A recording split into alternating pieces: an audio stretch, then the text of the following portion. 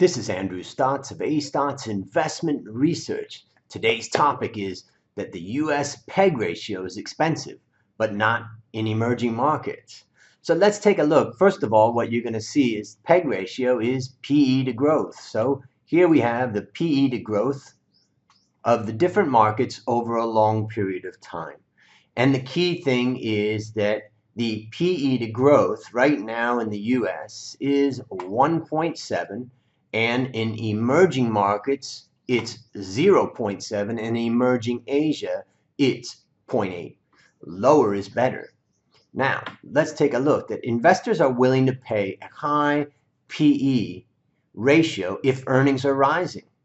So they can be optimistic, and the PE to growth ratio could rise, right?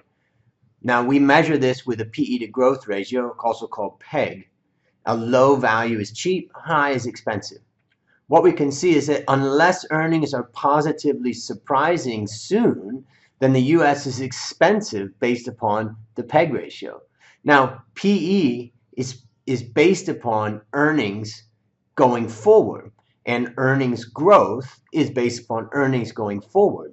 There's many different ways that you could calculate that. You could average it over a couple of years and the like, but this is 1 year at a time.